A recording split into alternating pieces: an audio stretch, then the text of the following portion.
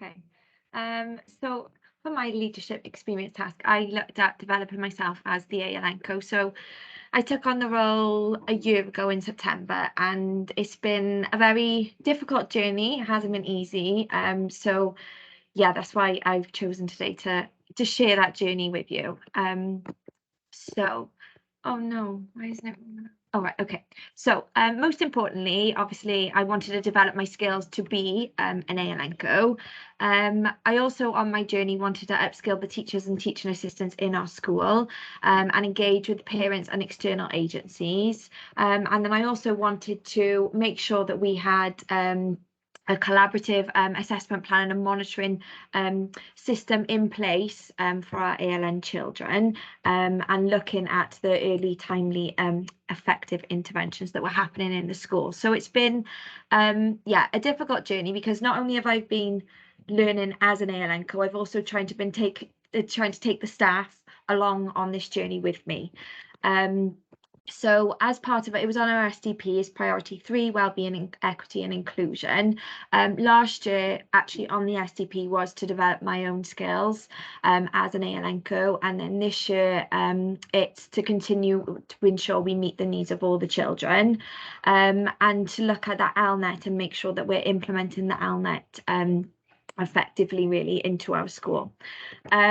So the journey obviously started with lots of training from the previous ALNCO who was here. She now works for the advisory service. So I've had lots of training from the advisory service, external agencies, and the cluster ALNCOs.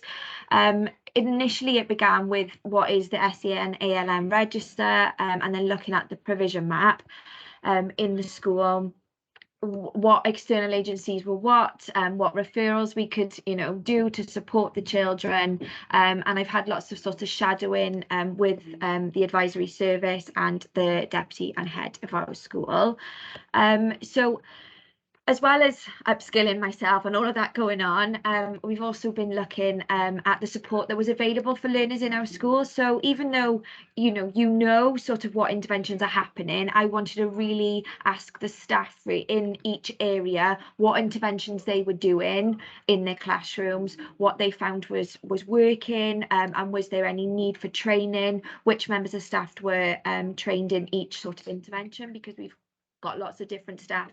Some are trained in Lego therapy, some are trained in ELSA. What did they have? What did they want? Because I felt that was really important. So from the staff questionnaire, all staff, teachers and teaching assistants filled out that questionnaire for me. And then I pulled all of that information then into a provision map. And then, so we've got our own provision map, and then looked at the needs. So we've had lots of opportunities throughout the year last year, and we've got lots of opportunities this year now for external agencies to train members of staff. So then I've used the information that they've given to then provide them with more opportunities really for their own professional learning. But also we do lots of triad working as well. So they've, if one of the teaching assistants wanted to see a certain intervention being taking place in a year group, then they've been able to go down and they've been able to shadow that and then feedback and then take that into their own areas then.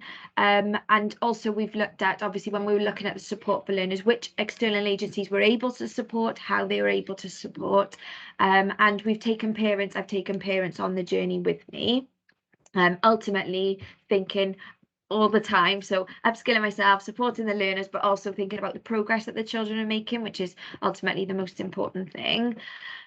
So I've shared the SEN ALN register with staff. We've done lots of training of the new ALN and ALNET, and I feel like our staff are more confident now with that.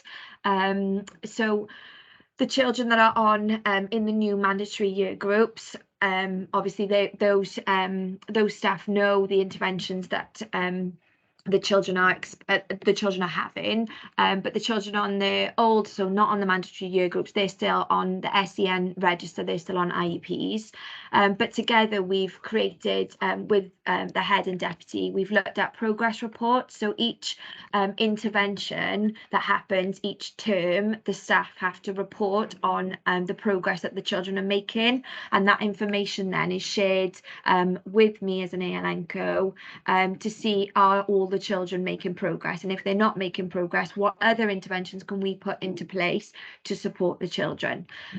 We also look, when we're focusing on the learners, at their well-being. So we look at the results from the past survey to see if how the children are feeling about themselves and about their learning journey.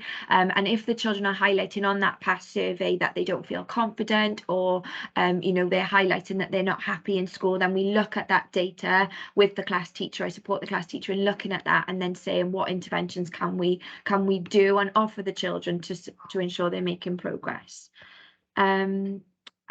We also do lots of informal chats as well. I pop in and see members of staff, and they come down and they can see me. It's very much as an open door policy, just to ensure that all of the children are making progress in their classes. So I feel, since I started in September last year, obviously a year's difference, I feel a lot more confident as the ALNCO. All of the children in the school, and in particular the children with ALN, are receiving meaningful interventions that are tracked.